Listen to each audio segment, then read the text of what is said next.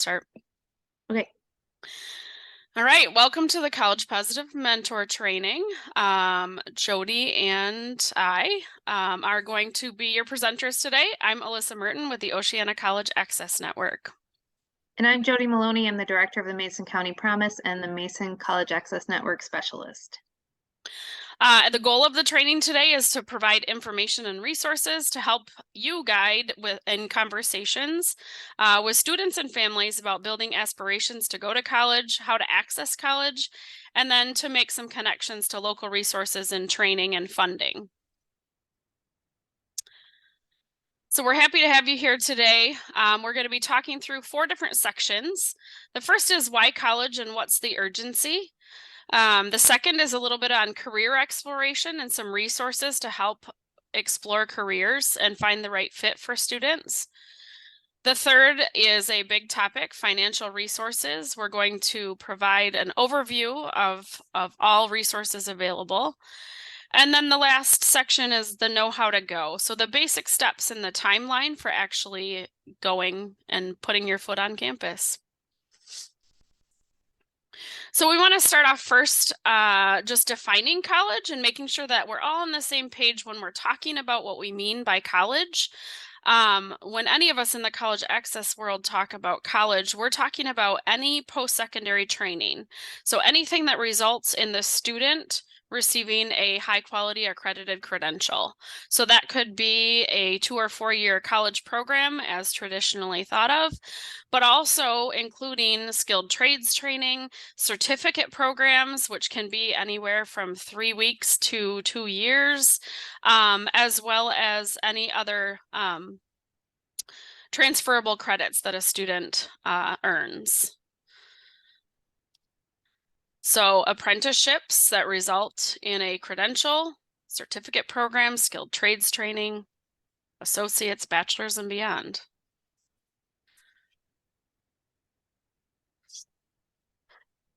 One of the reasons that we are here today sharing with you is because we want everybody to walk away from this training understanding the benefits of post-secondary education.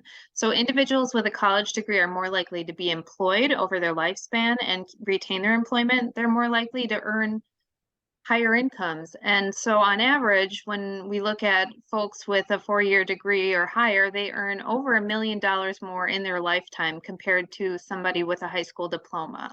So that's a big deal and a big difference that having a degree makes. Folks with a degree have greater workforce mobility.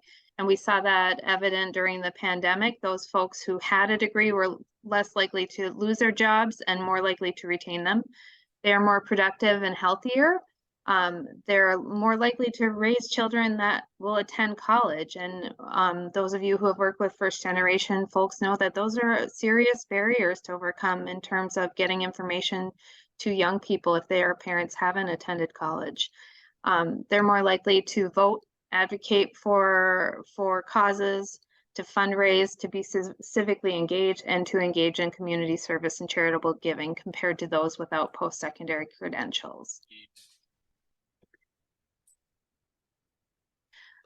So why college? Maybe you've heard us talk about 60 by 30. In Michigan, our goal is that we really want to see 60% of Michigan's population with a college degree or a college credential by 2030. And what we've actually seen in the last few years is that there's been a major decrease because of the pandemic in the number of teens interested in enrolling in college. But in the long run, we know that the entry-level jobs that are attractive to young people right now because of the pay are not likely to provide a sustainable income over their lifetime. And the way that they can achieve and really support their families over that lifespan is to obtain some sort of college credential. We also know that students who have been historically marginalized are more likely to get the message that college isn't worth it.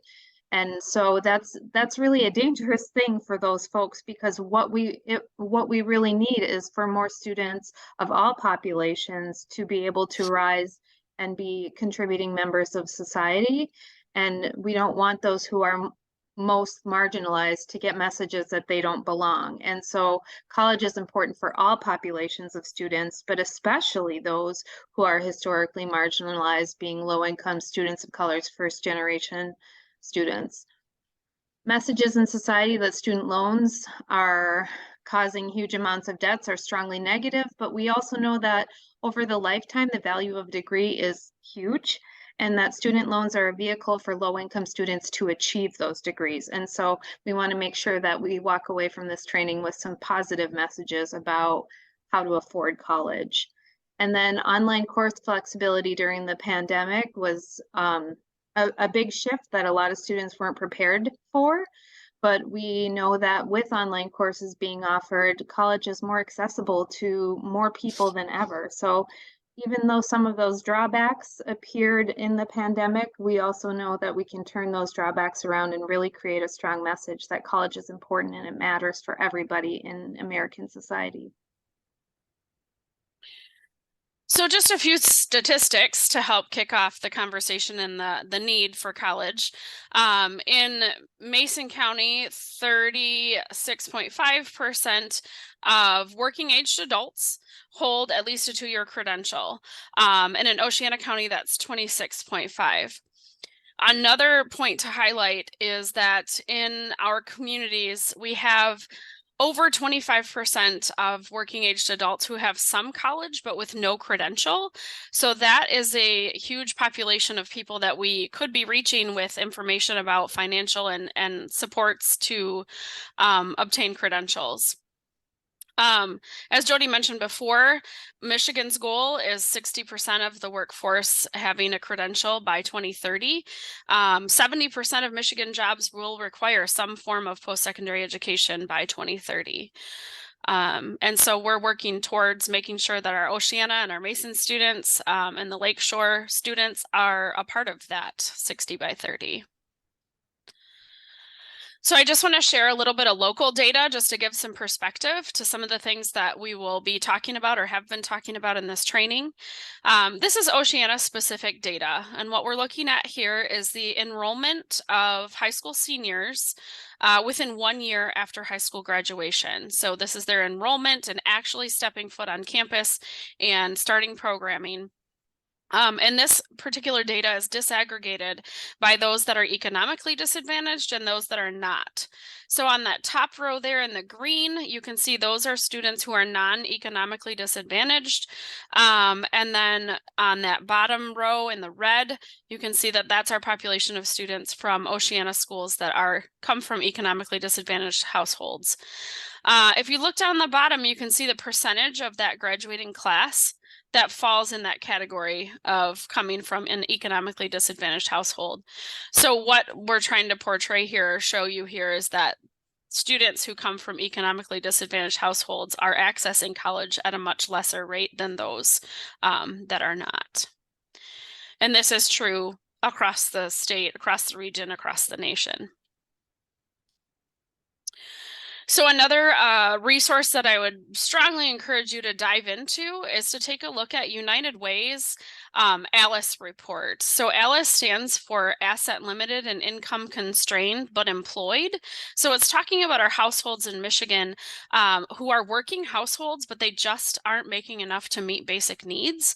A lot of our students are focused and kind of fall right within this category within their families, and that just adds extra barriers to trying to think about going to college. So I would highly recommend you dive into this ALICE report. I'm not going to click on it now, but there's a lot of great resources and data points and things to look at and things to think about within this report that are specific to our communities. Jody, did you want to add anything else here? I would just say that everything that is underlined, there's a link to in the College Positive Mentor folder. So you have access to all of these materials or to the PowerPoint in which the links are located.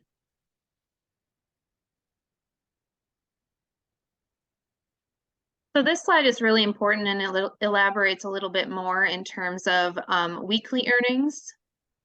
compared to my mention earlier that those with college degrees are more likely to make $1 million over a lifetime, actually over $1 million over a lifetime, compared to those without college degrees. If you take a look, you can see the higher the degree, the higher median weekly earnings and the lower employment rate. So it really shows us that those who have access in society to high-paying jobs, to sustainable work, are going to be those with degrees, especially associate degree or higher. Um, the some college population we'll talk about again in a little bit, but it's important to know that a lot of folks who have some college might be worse off if they don't have some sort of credential attached to their college because there could be debt associated with their time in college.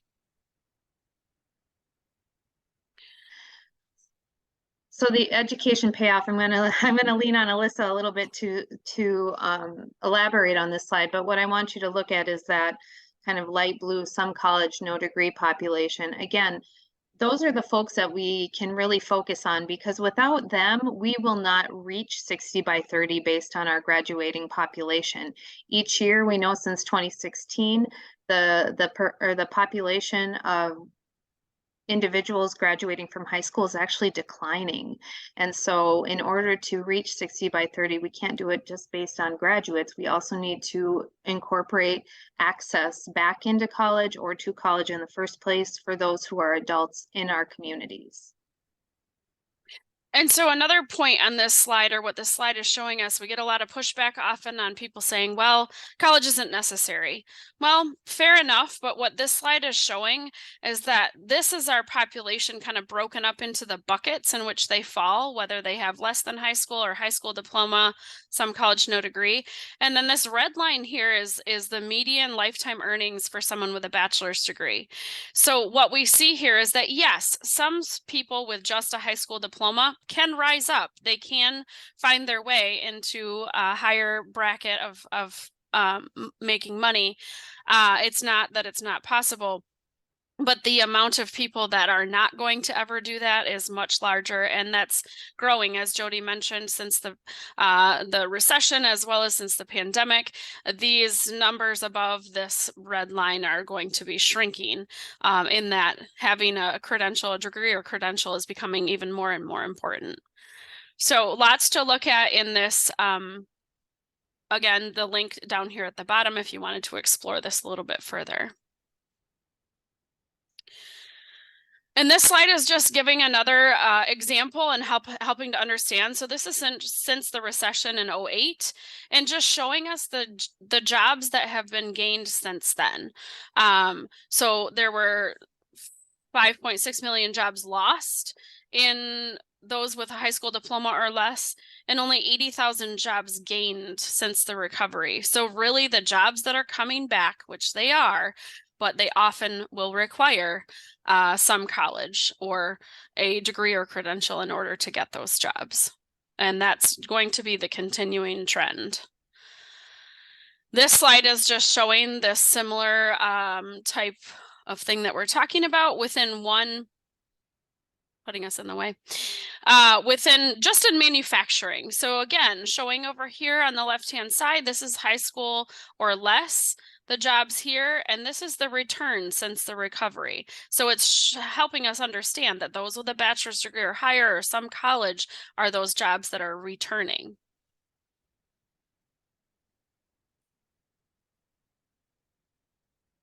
Jody, So when we talk about why college, another piece of it is really engaging with students and helping them think about what matters to them.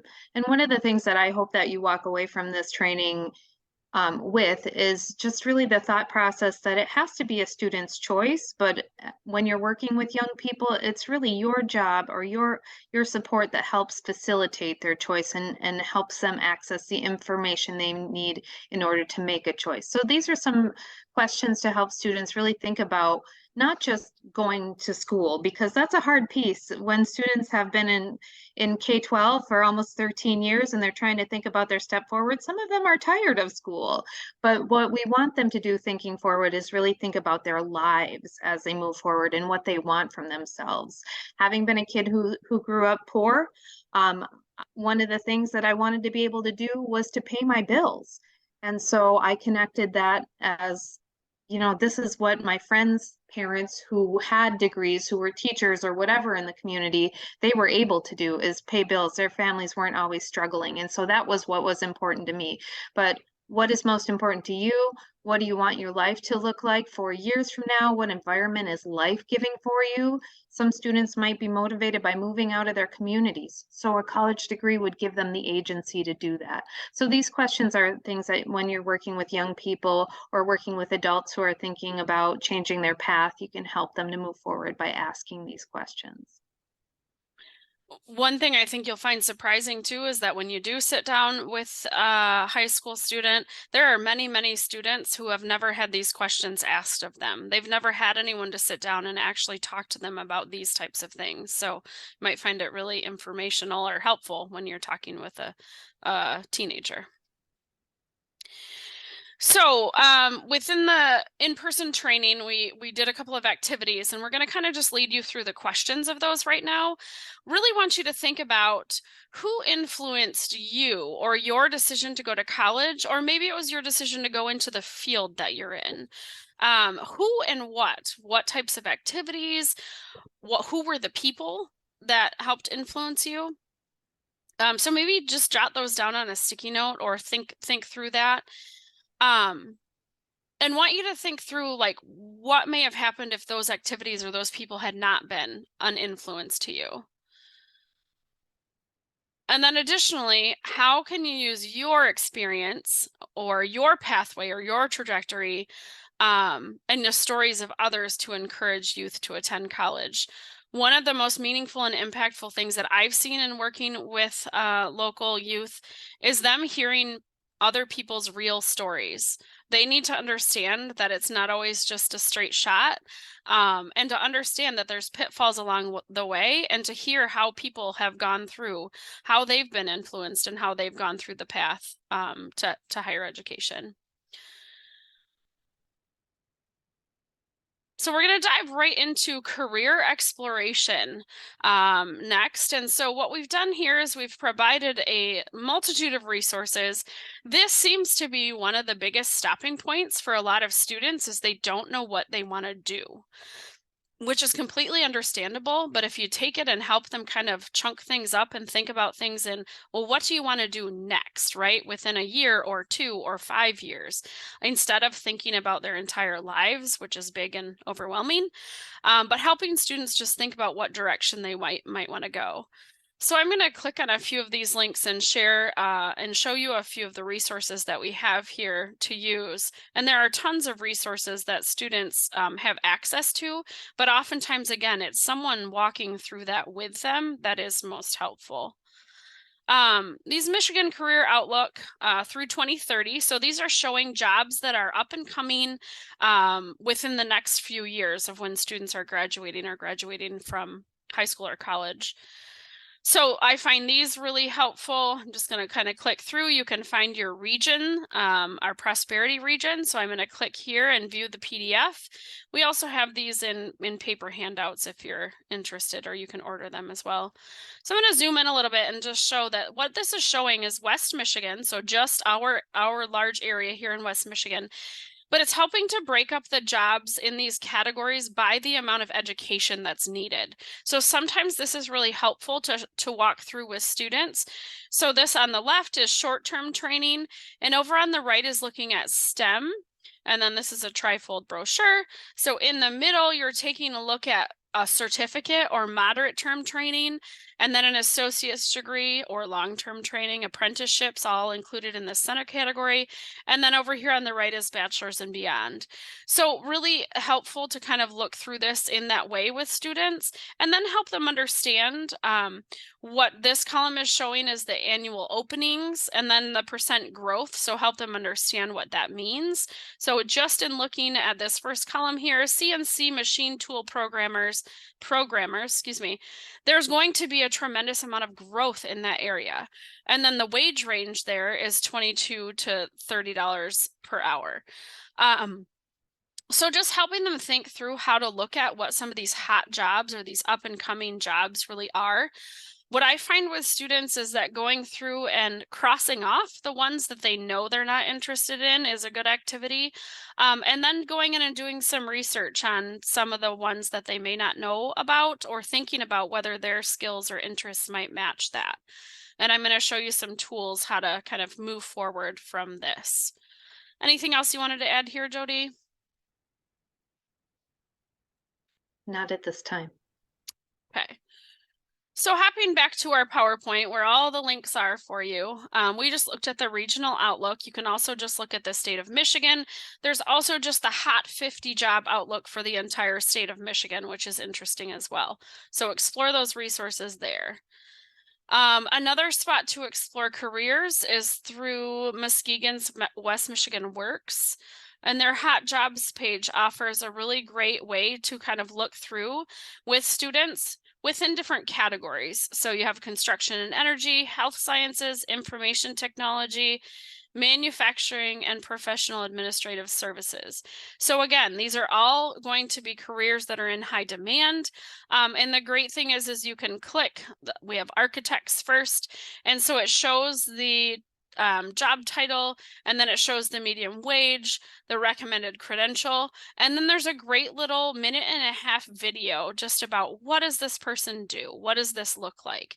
So this is just another great resource, excuse me, to work through with students.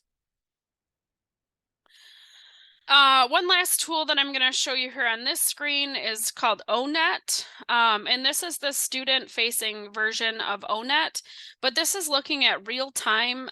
There's a lot of real-time data in here, and understanding what the growth and the demand for different careers is within different regions of the state or regions of the country.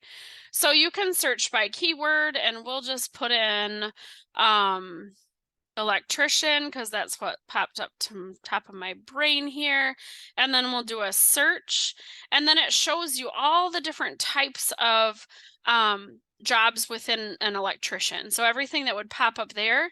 And then here on the left-hand side, this is showing you those careers or jobs that are going to be in really high demand. They have a really bright outlook.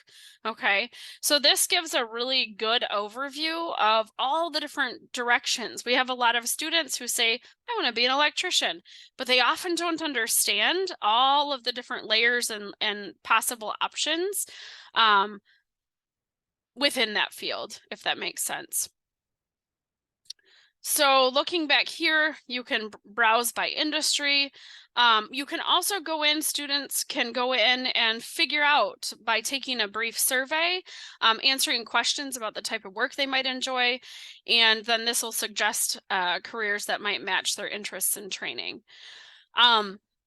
There's a lot of different places to explore. You can also look at this site fully in Spanish as well, and looking at apprenticeships and things like that. So many things to explore in this ONET, my next move. I'm going to take you to a few more resources on career exploration here. On the Oceana Can page, we have, or will shortly have outlined, the skilled trades pathways. So this document here, we've taken in our immediate region. So again, I'm just going to take a look at the electrician component here. So this is showing all of the options or pathways into electrical that are right within our region. So giving that high school connection to the career and tech education that students can access while they're still in high school. And then these are the ways and the places that they can access some of the trainings for some of the jobs that I was just showing on my next move. So there's options and opportunities through apprenticeships, through the union, through our community colleges, as well as some of our local universities. And again, there are many more options to get into an electrical field, but these are just some of the basics right in this area. We often get a lot of students, as well as adults in the community that don't understand the pathways into skilled trades. So we've put together these documents. They will shortly be on our website, ready to look through for electrical, and then 9 other skilled trades pathways. Additionally, career videos can be really, really helpful in helping students understand people right in their area, So these are all career chats or career videos with folks right from the Oceana and Mason County region. So this is looking at and helping to understand who is someone in our community that has actually gone into this career and understanding their pathways. So I've provided the link to that. There's a lot of some great career chats in here. I encourage you to take a look at them. Muskegon Community College just also recently put out a whole host of videos specifically towards hot jobs and specifically highlighting some of the training programs that they have. So computer information systems is one of them. CDLs or your truck driving licenses, there's another one in there. So there's a ton of different little very short videos helping students understand what the pathway looks like and what the education for that pathway looks like. Another opportunity for sharing local videos. Whoops, excuse me. Mason College Access Network website also has a whole host of videos. There's no shortage of videos about local careers. So just scrolling down, links to some other videos here that are local, and then access to other resources as well. Oops. So we've given a lot of resources there. Then there's also support within the community. So Michigan Works is one of those agencies within the community that can help a young person or any person with exploring careers, helping them go through and figure out where their skills and interests might align. And then they also have availability to help potentially pay for or get students into a training program for something that is in high demand.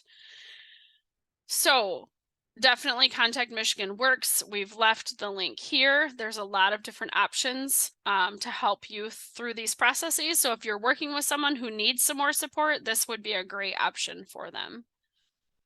We have a Michigan Works office in downtown Shelby, as well as in Ludington.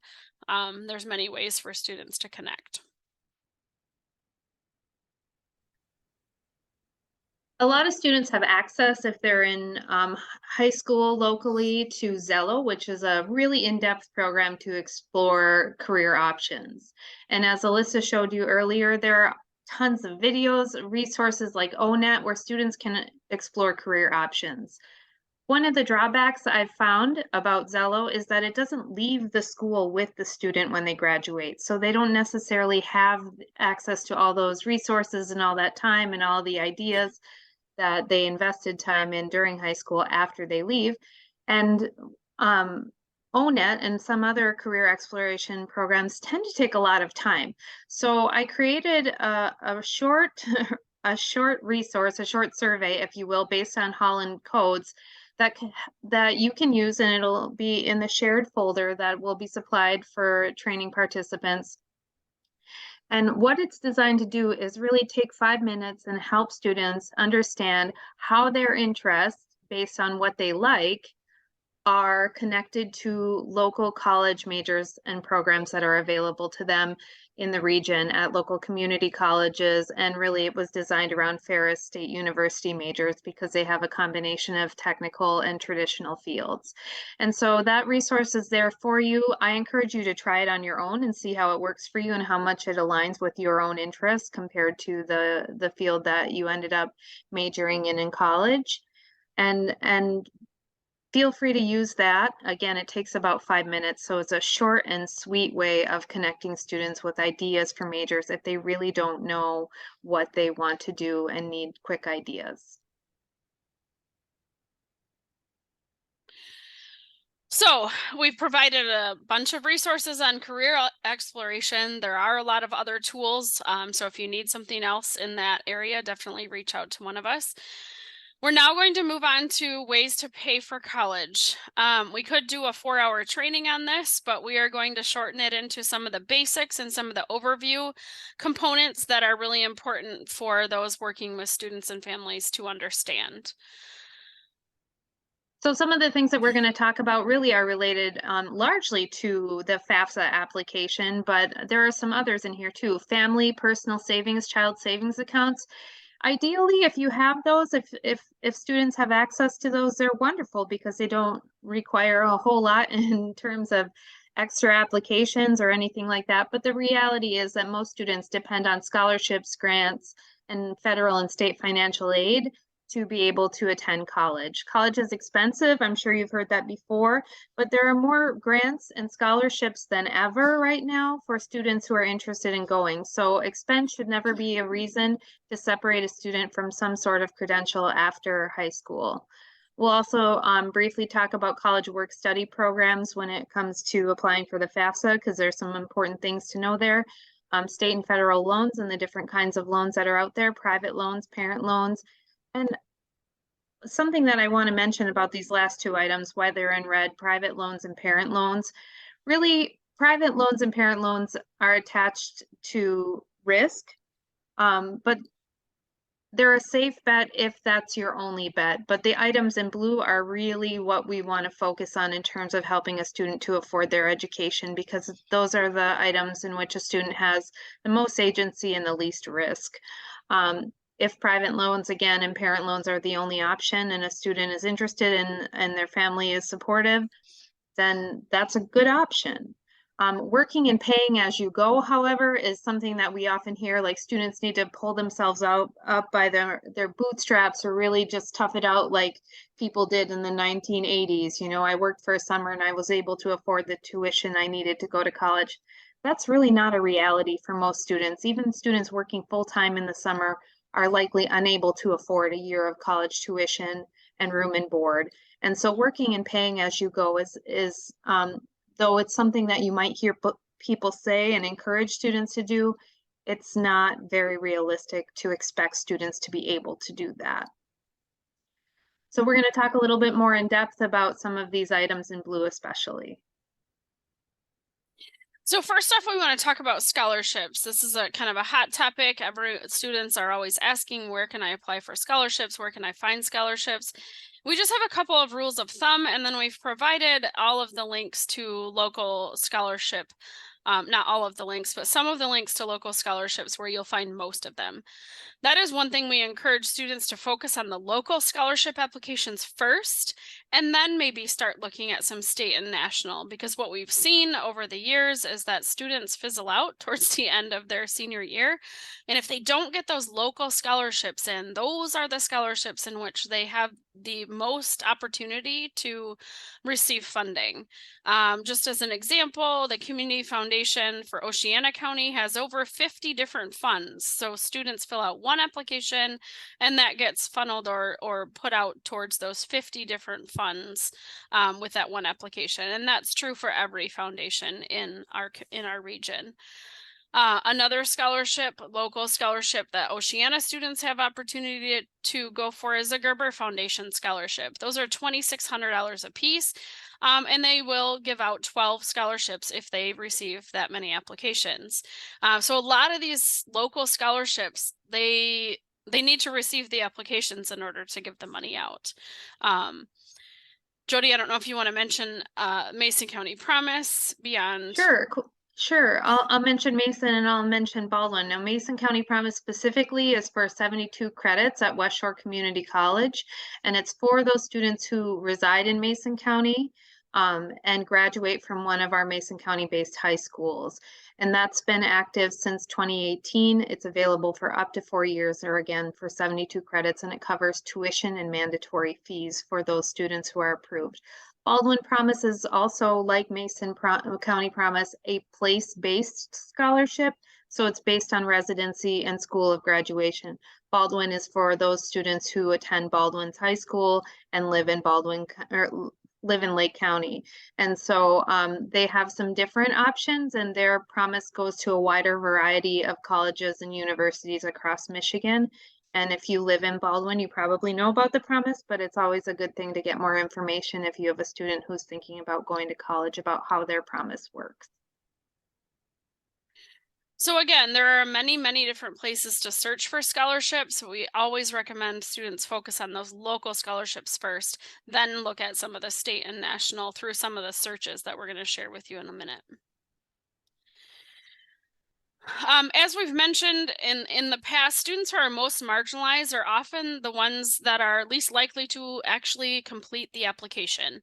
There are application support days within the high schools to help students with that, but it's always a great thing to ask a student, do they need help thinking of what to write in the essay, or read over their essays, or talk through the essay prompts?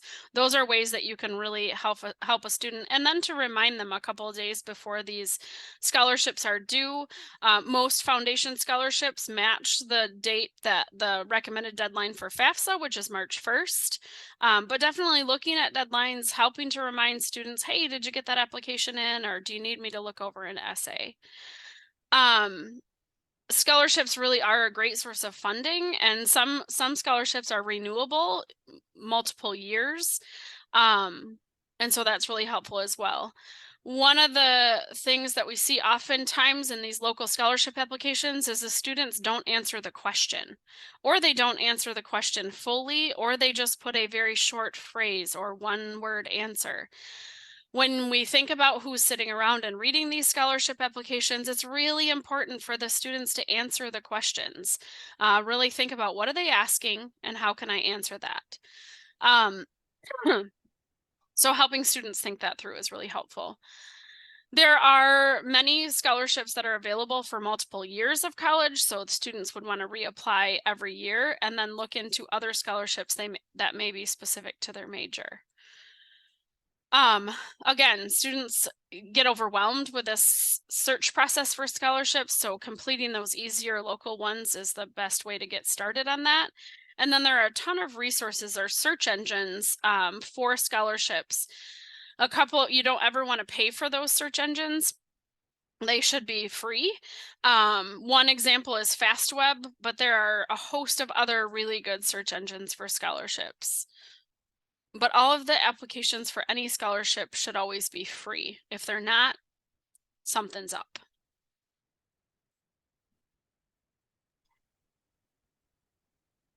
In our state, we also have scholarships available to and largely the statewide scholarships that are available through Michigan Student Aid, or My Student Aid, as we call it for short. So here's a list of some of the scholarships that are available, and if you want to click to the website, you're going to see information right away about those scholarships a little more in depth. Future Educator Fellowship is for those students who want to become teachers, and there's stipends as well. Michigan Achievement is a brand new scholarship, and we're really excited about that for the class of 2023, and they're just coming out with details right now. But if you see here, up to $2,750 a year for students who attend a community college, up to $5,500 a year for a public university in Michigan, or up to $4,000 a year for a private college or university in Michigan. But what it's really important to know with these amounts is there's a first dollar amount for the scholarship that'll come before their grants and other scholarships, and there's a last dollar that comes after all of their funding. So for community college, that first dollar amount is actually $1,750. And so that's pretty much guaranteed for those students who apply and qualify for the scholarships. For public universities, it's a smaller amount than 5,500, and the same, I think, for private, it's $1,000 out of the 4,000. That's first dollar. So it's really important for students to pay attention to that amount, because the whole amount is not necessarily what they'll receive in a given year. Financial need is actually pretty high for this scholarship. EFC of 25,000 or less. That's determined by completing the FAFSA, which we'll talk about in a minute. There are other resources through the MISSG student portal that students can access, including the tuition incentive program and Michigan, I think, grant aid. Help me, it's the SEOG that they can SEOG program that they can access. Futures for Frontliners access for those who worked during the pandemic. Michigan Reconnect for those folks who are 25 or older. All of that is accessed through the My Student Aid portal, or the MISSG portal, and students should make a plan to complete the MISSG student portal within 3 to 5 days after filing their FAFSA if they're graduating students. Those who are returning to college after they file their first FAFSA, they want to make sure that they complete that portal as well, because there may be aid that they're connected to, and this is the only way to get it is by filling out an MISSG student portal, and it only takes like 3 to 5 minutes. It's not like the FAFSA that will take you a good chunk of time. But in addition to access any of these Michigan student aid scholarships or grants, you have to complete the FAFSA first. So that's kind of the kickoff for all of these. And you can explore all of these different programs here. And then if you click on students and families, that's where they would create the portal. One other one that I want to mention briefly is the tuition incentive program. And that's down here in this list of programs. At the bottom, and it provides all of the full program details, but I just want to mention that over half of Oceana seniors every year are eligible for TIP, and it basically essentially covers the cost of community college. It can also be used at some universities. You'll have to look at the facts sheet to understand all of that. We can go into more depth with that, but really the point is that half of our seniors can go to community college for free with the tuition incentive program because they're eligible for that. They often don't know that. So that's another resource that we're going to want to make sure to share with students. And even if students have TIP, it's still really important for them to apply for scholarships because TIP doesn't cover books and it doesn't cover room and board. So a lot of students might have other grant aid, which we'll talk about in a second, but scholarships are always really important for students to apply. That's definitely something we hear from students often is, oh, I already have everything covered by this. Always apply for scholarships because those can cover some of those other things, as Jody mentioned.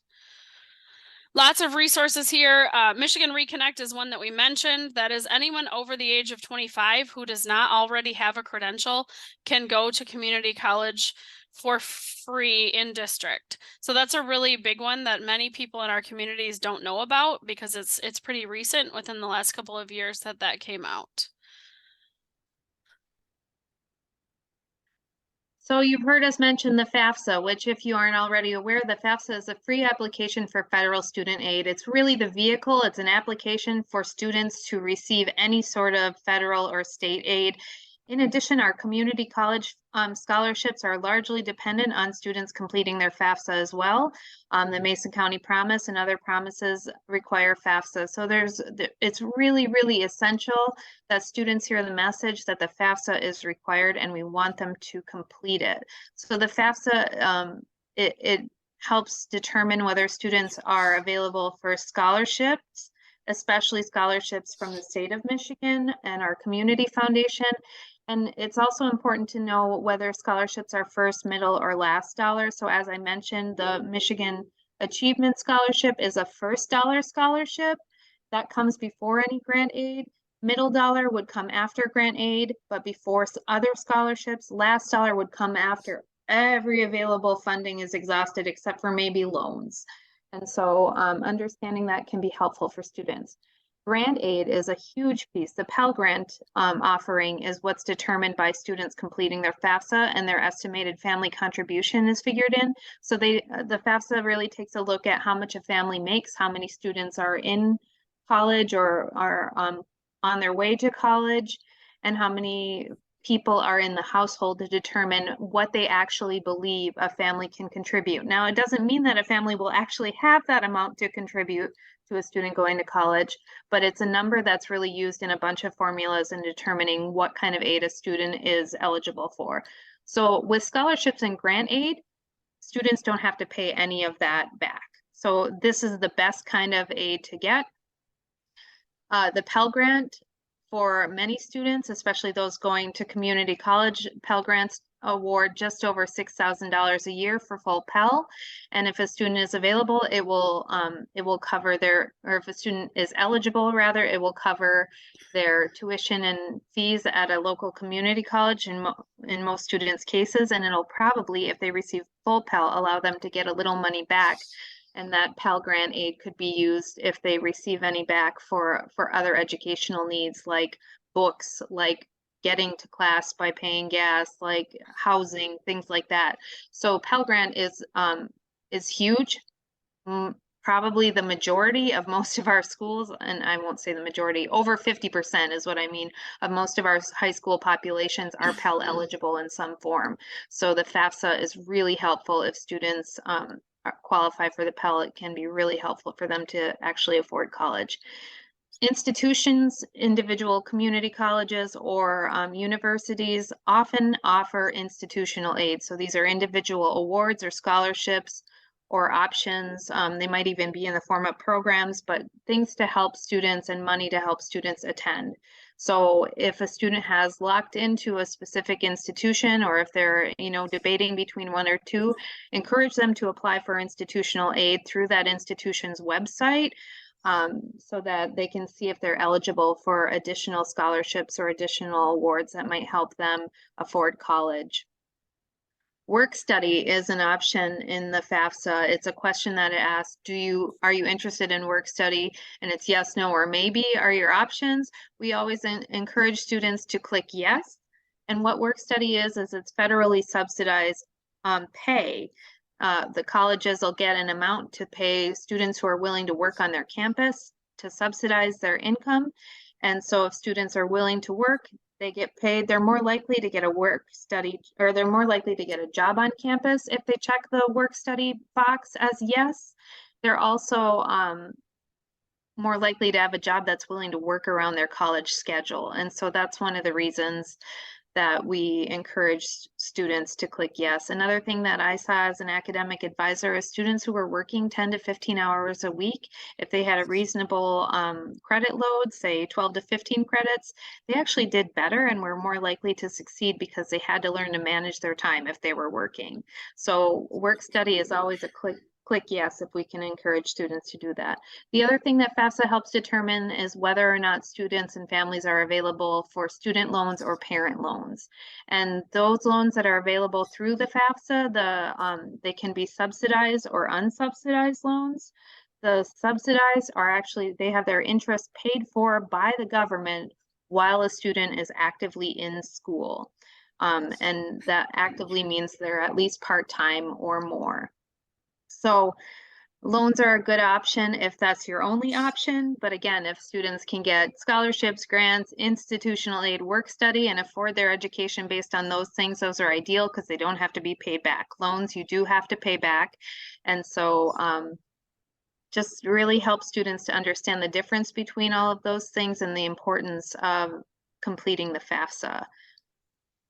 Students who are attending 2- and 4-year universities are really encouraged to complete the FAFSA, but please note that some career-focused training institutions and certifications also accept federal funding. And so if it's an accredited institution that they're attending, it's likely that they'll accept FAFSA and supply some form of aid.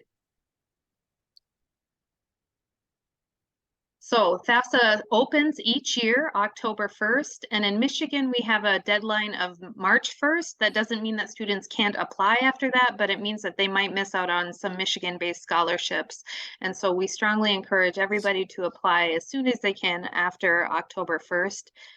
Students and parents must complete the FAFSA, and they start in their senior year if they're planning on going right after high school. And we encourage parents, if they're able to, you need to supply whatever information your student needs for the FAFSA. Help your student. They literally cannot complete the FAFSA without you unless they have special circumstances. And those special circumstances of becoming an independent student are pretty extreme. They need to be emancipated by the court or be a full-time parent, or they have to be in the military full-time. And so there are very few options in which a student would be able to complete the FAFSA without their parent. And the FAFSA defines parent differently for every student. There's a worksheet on the FAFSA so that your student can figure out who is their parent. If you have a situation where your student has multiple households in which they live, it's important to make sure that you know exactly which parent or what parents need to provide information for the FAFSA.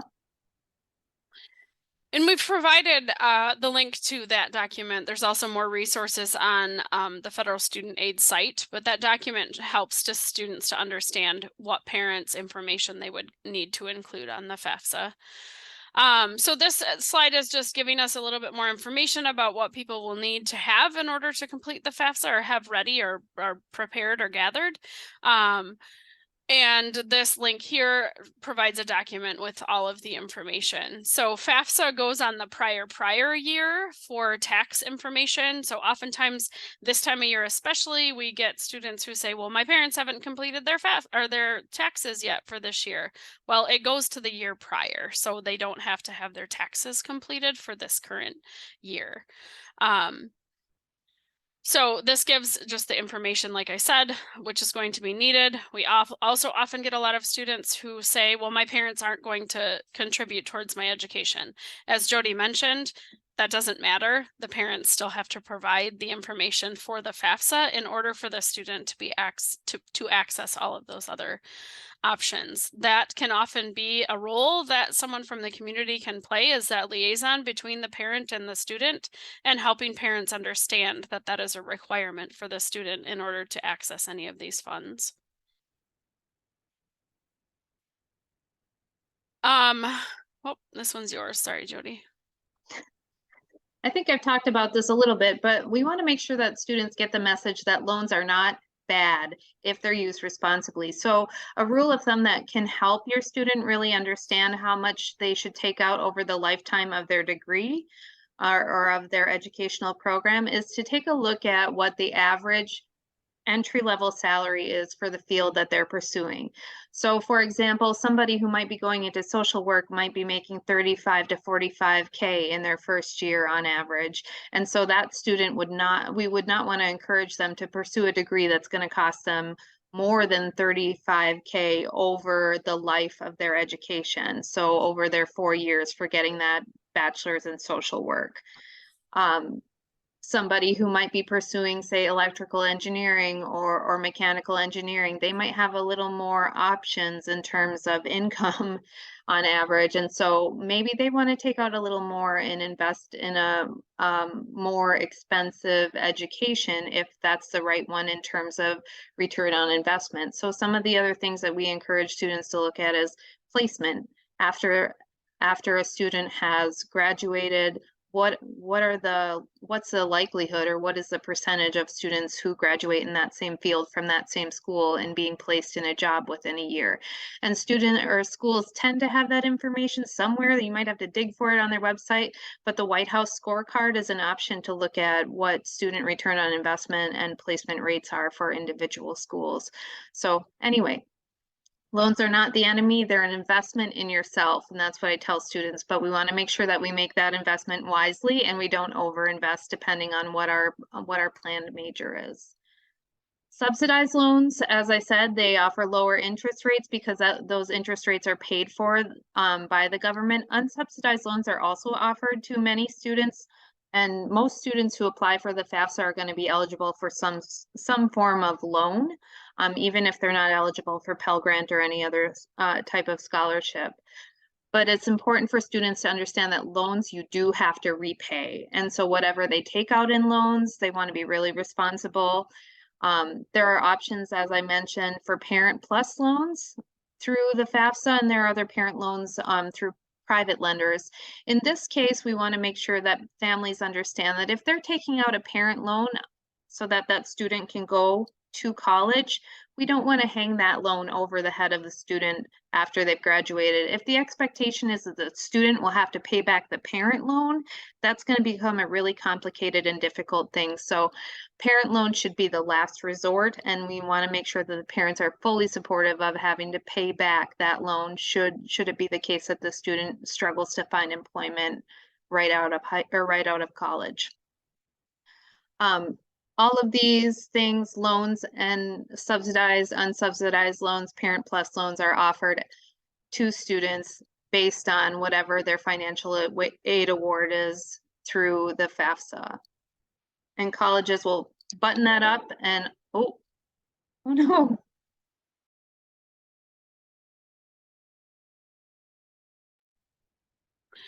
Looks like Jody has frozen there, so I'll take over here. So there are options for private loans locally and online. You can find many different options for private loans.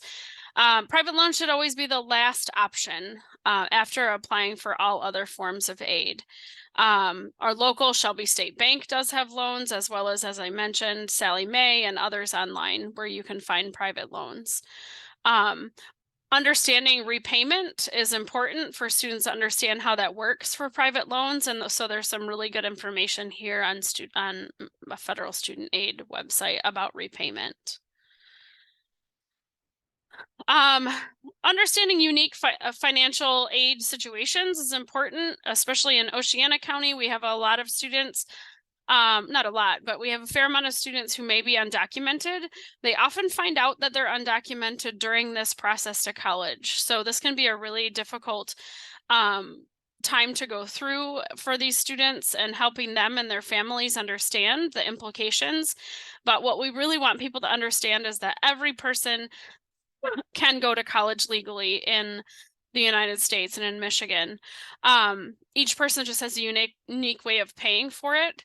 So a student who is undocumented themselves would not complete the FAFSA as is, as we've been talking about, but oftentimes an institution may have them complete the FAFSA on paper just to get that financial information in order to award them scholarships or grants or whatever they might have available at the institution.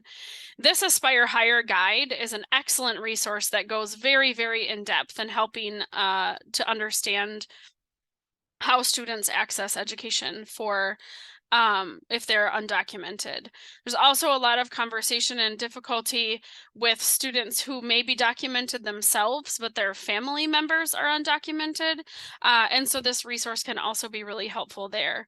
This resource also highlights or helps to look through what different colleges have the supports for Hispanic and undocumented students.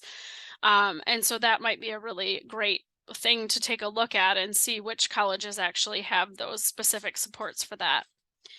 Another unique scholarship through Michigan is called My Echo, and I just want to click on that for just 1 second. It's a tuition-free pathway for frontline workers who are not able to access the FAFSA. So it's a very unique population of people, but I just want to mention that that's out there, and we provided the link for that here too. So again, if you need more support for students and families who have unique documentation status, the Oceana Hispanic Center can also be really helpful here. Want to talk just briefly about another community program, very similar to Michigan Works. We have another organization called Telemon that serves in our area, provides some of the very similar types of supports that Michigan Works does to a unique population. So Telemon is accessible, is the Farm Worker Jobs Program, and they can help students as well as community members access support for finding career exploration, for finding different trainings, and also for paying for some of those trainings. So there is an office in Hart, and students can apply online to see if they're eligible. But in the Oceana County area, we have 9 food processors in our community, and a lot of those folks that work in those food processing plants, as well as any interactions with agriculture and with food, they can access this for themselves or for their students. They can access some of the resources and funding through Telemon. So we've provided the link there, and we can connect you to a liaison from Telemon if that's something that you think a student or family would be eligible for.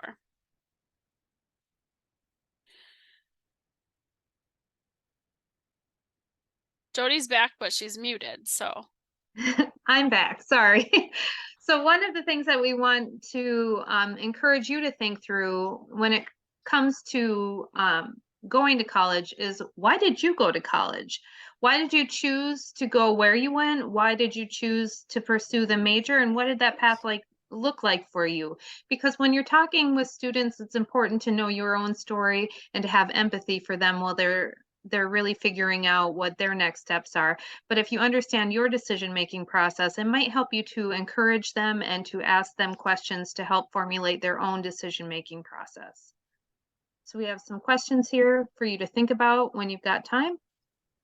How can you use your experience and the information you're learning today to influence others to go to college? So really, what is your story and how can you use that story to get more get more young folks and get more adults who are in the community to go to college or return to college if that is the case.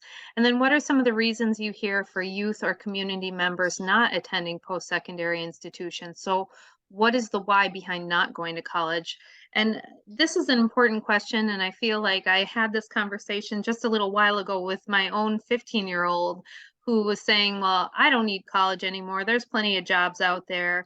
And so I'm not going to go to college. And I said to him, you're really only one generation away from being part of a low income family. I grew up low income. And it's really the stories that students hear about not going to college are directed at keeping folks who are low income, low income. And so we want to make sure that students hear the stories that they matter and that college is a way to help them to rise, especially those who are from low income families to rise out of poverty. And that it's important that there is equal representation in the workforce, but also in higher income fields of folks who came from a variety of diverse backgrounds. So really think through like what's some of the pushback you're hearing and how might you be able to tell your story in a way to have people rethink the reasons for not going to college.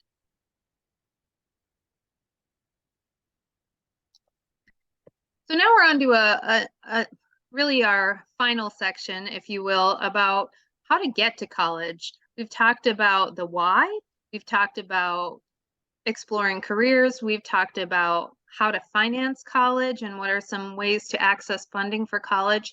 But the process itself is really, really complicated. And so guiding and being a resource for those young people in your lives or for adults who are thinking about going to college after they've been in the workforce for a while, really thinking through what those steps are is important. So one of the things that we encourage young people and people of all ages to do is to stay involved. And I was at a presentation from our community foundation about scholarships. One of their primary questions is how are you giving to your community right now, or how are you contributing to your community? And so if students have volunteer experiences or club participation, those are really great things to be able to put on scholarship applications, resumes, whatever it is.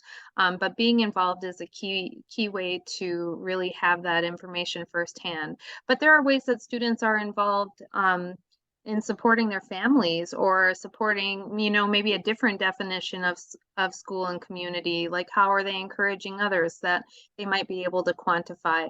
It's not quality, or it's quality, not quantity, that counts. So it doesn't matter if you're, 200 hours in a given year in volunteering or 2 hours. It's the experience that we want students to be able to share about.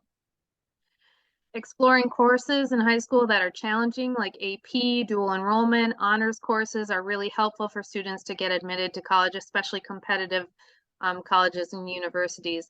There are a lot of options for students to get free pre-college credits right now. So CTE is probably the thing that most people are familiar with, career and technical education. In some communities, it's called CTC. But CTE credits, a lot of them can transfer to area colleges and universities. Dual enrollment is another one. AP is actually a class associated with a test that students have to pass in order to get a credit. There is a bit of a charge for AP, but it's still way cheaper than an actual college class would be. And students can knock out some of their general education requirements in math and English, et cetera, through AP courses if they're offered at an individual school. ProMesa is a program that's offered through Ferris in Oceana County, and students can earn credits toward Ferris degrees that way. ASM Tech is something that's available in our region, and it's a special program that has 40 seats a year that are offered to students who have ambitions to earn a college degree before they graduate from high school. And so it's a 13-year program that students have to be willing to leave their home high school in order to pursue. But a lot of ASM Tech students leave their high school with a diploma in hand and with some sort of degree or certification as well. And they send a lot of students, like last year, they sent about a third of their students to University of Michigan. So it's a really a great opportunity if it's available and if your student is interested. Keeping up GPA is more important than you might think. Some college programs don't require a GPA, especially our community colleges. They don't necessarily require a certain GPA, but a good GPA can open up doors to scholarships and to especially those competitive colleges and universities. Exploring careers, we talked about that earlier, but if a student knows what they want to pursue in college, they are more likely to take less time to graduate and to spend less money over the course of their degree or program. Prepare by taking practice tests for ACT and SAT. In Michigan, we focus on SAT. Some schools, especially regionally, might require ACT, but either way, there are free practice tests online so students know what to expect, and students who take practice tests are more likely to improve their score. Research scholarships that are available, we've talked about that in depth, but we can't stress enough the importance of applying for scholarships and getting scholarship aid because it's money that students don't have to pay back. And students might think that it's, not worth their time, but even if a scholarship is $500 and it took a half an hour, that's more than most of any of us would make by working. So it's a big deal to research what scholarships are out there and apply. Visiting campuses is huge. And so understanding if a college is the right fit is one of the main drivers for whether or not a student stays at a college that they've elected to attend initially. So going to a campus, seeing how it feels, and really narrowing down if it feels right is helpful for students to persist through graduation from a degree program. Finish the college applications as early as possible because you'll get your financial aid award packages earlier and you'll have more time to understand if you need to visit or talk to more folks on campus. So the earlier the better, especially after October 1st when that FAFSA becomes available, students can start applying for colleges. Some colleges even students might want to apply earlier than that if they're highly competitive. So looking at that admissions page and really understanding if a college has an early admissions process might be helpful for students. Completing the FAFSA, I don't know if I need to say any more about that, but yes, complete the FAFSA and don't just start it, finish it and connect to others who have either attended the college, who can support you or support your students in learning more about college and use those college resources, especially there are admissions folks at every college and university who can give students more information than any of us can on what that college experience will be like. So talk to as many people as possible and get as much information as possible when it comes to going to college. It's a major investment and it's important, and having that right fit and good understanding of what you need to succeed at that college is extremely helpful. So in just talking through, Jody mentioned a lot of the basics kind of to college and some of the things that students can be doing while in high school to get ready for that. But a traditional timeline to college is applying it. Most of the things happen within the senior year. So application time is around October or in the fall. And then it's time to jump right into figuring out how to pay for college, sorting through award letters and things like that. So senior year is really the time when most students are working on all of these things, or when all students are.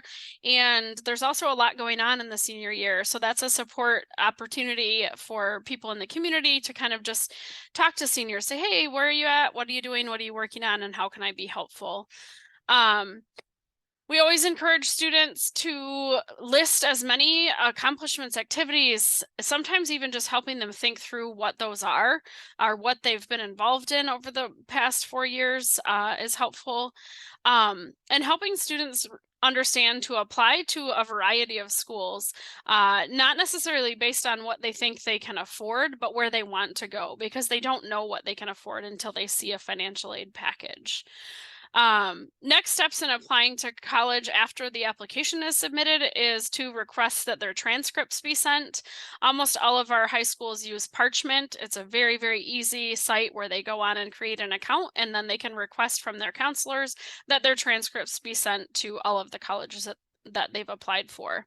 Their applications won't be looked at until their transcripts are sent, if that college requires transcripts.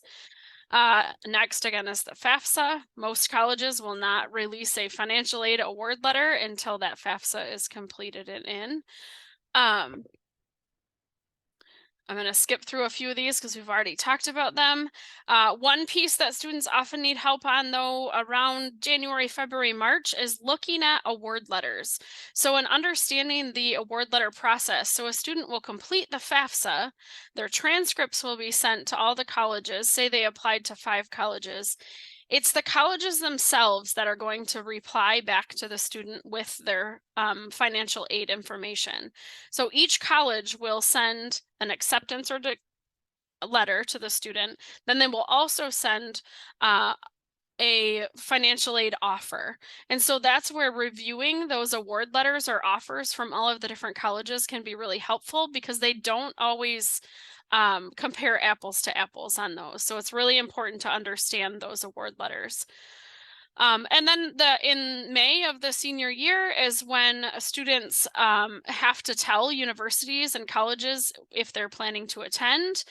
And so that's decision day is in May for traditional students. That doesn't mean that there's not an opportunity to attend post-secondary after that. That just is kind of the traditional timeline. Then there's a whole host of summer tasks that need to happen for students. Once they've decided what college they're going to, they've got to figure out a number of different things. Housing, they have to do orientation, register for classes, which sometimes is done at orientation. So there's a lot of follow-up that has to happen from students in order to actually get to campus in the fall. And that's also another spot where we lose a lot of students. So that could be an opportunity for mentoring or helping students make sure they kind of have their bases covered as far as summer goes before they enter onto campus in the fall. Understanding different types of institutions is an important piece for students to learn and understand where they might be going and what those colleges look like. So helping them understand in Michigan all the different training opportunities, different types of colleges, and what it means to be a community college or a university or a private college or a union training center. So helping students understand all of the different types of institutions can be really important as well. And then the different academic requirements of those institutions. As Jody mentioned, our community colleges often don't have a GPA requirement. You apply, sometimes you'll have to take placement testing through some of those colleges, but then other colleges in Michigan do have some very specific academic requirements.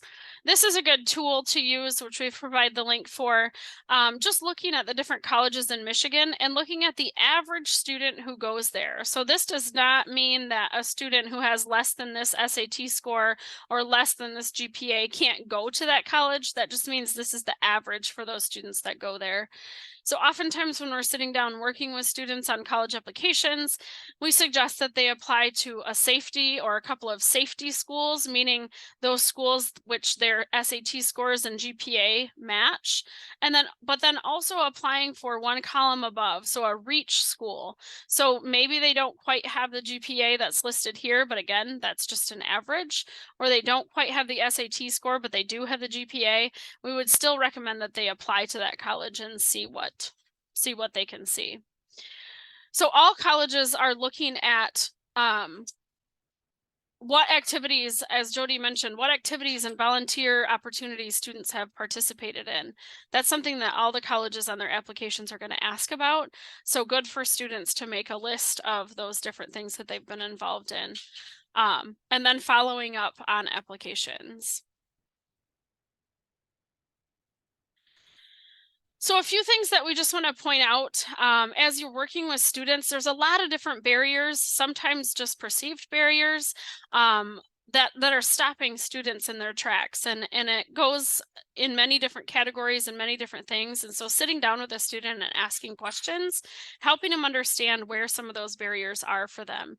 Maybe it's testing. They don't do well with testing. So working on those some practice tests for SAT or ACT would be important, or study habits or attendance to school, and thinking about some of those. But then also maybe a student is stuck specifically in affordability and thinking about how they're going to actually afford college. And so helping them understand how they might be able to afford college might be a space to spend more time. But just really thinking about all the different barriers that students might be facing to going to college. Sometimes if you can help get over or get through one barrier, that's all that is needed. So again, like under college knowledge, that application process might just be really, really overwhelming to a student, and that might be, or visiting a college, that could be very, very overwhelming for a student who nobody in their family has ever attended college. So that campus visit can be really impactful, can also be really important. We know that if students don't access a college campus, but we're asking them to apply and see themselves in college, that's really difficult if they've never actually been there.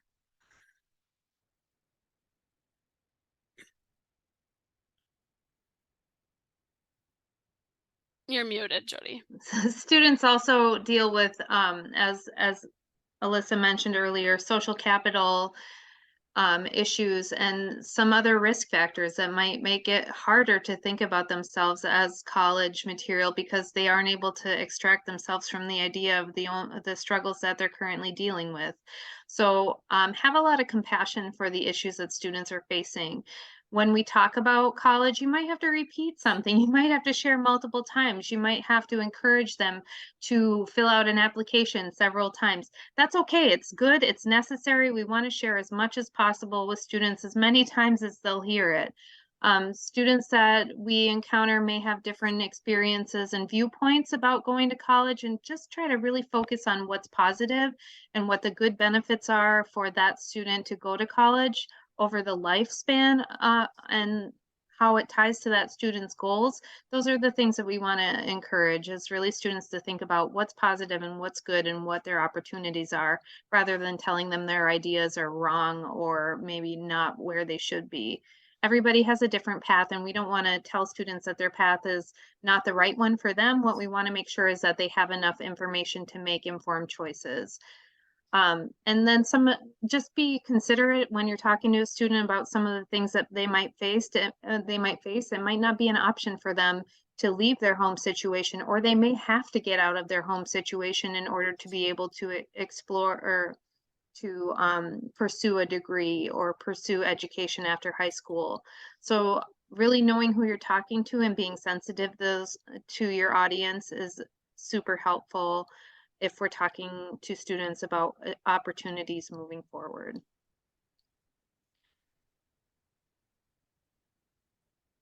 Something else that we know that students encounter is just the college knowledge process. There's so much to learn in their senior year. And some of that you're probably learning for the first time through this presentation.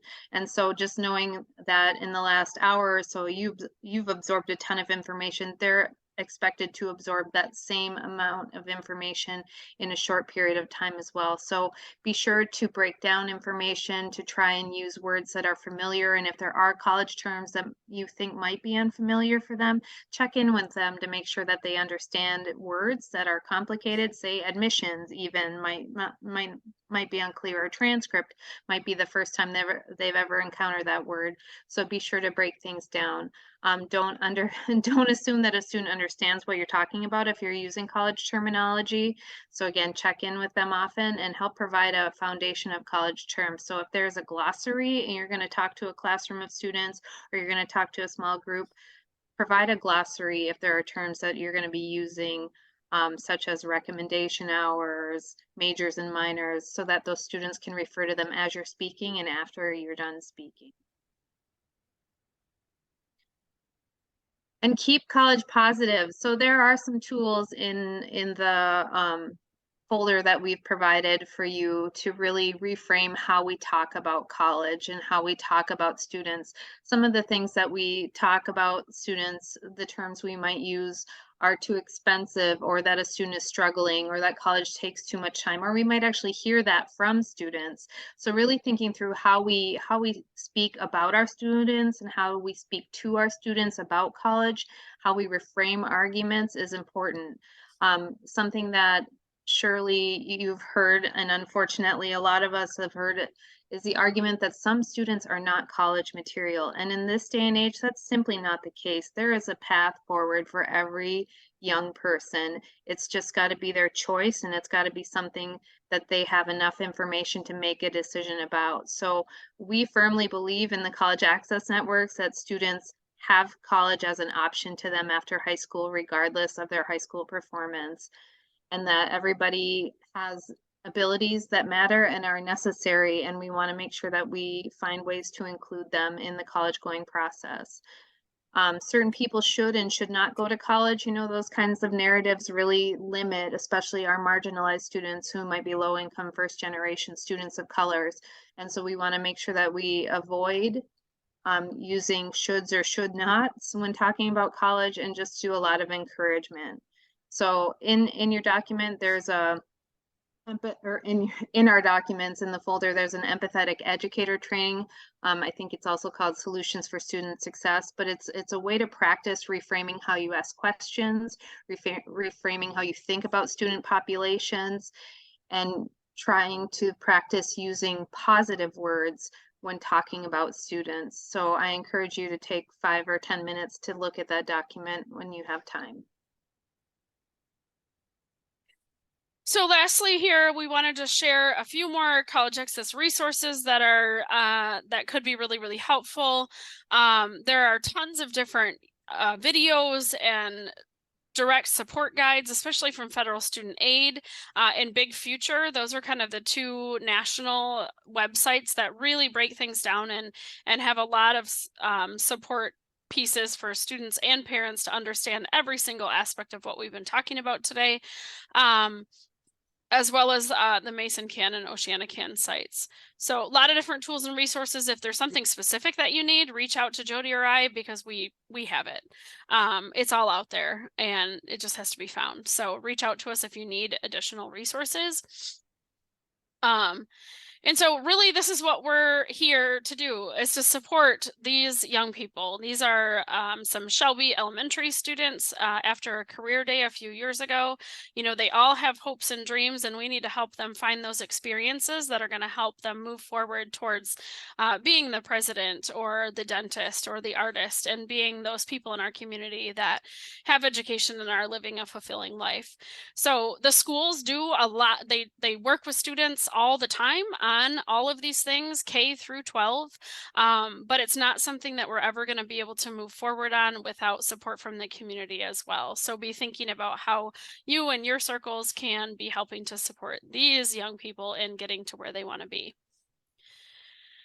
So the last thing that we have our group really thinking about is, how can you use these resources that we've shared today? How can you use them with students, but how can you also expand out and help others in your community or within your circles to use or be talking about college in a positive way, and helping students understand the pathways that are available to them? So we do have a feedback or a survey that we might share with you. We'll share the Google Drive as well as this PowerPoint with all of the links, and then this recording to help you get just kind of the basic overview of college access and how you might be able to use these tools and resources with students and community members. So we welcome your feedback. You can contact either Jody or I.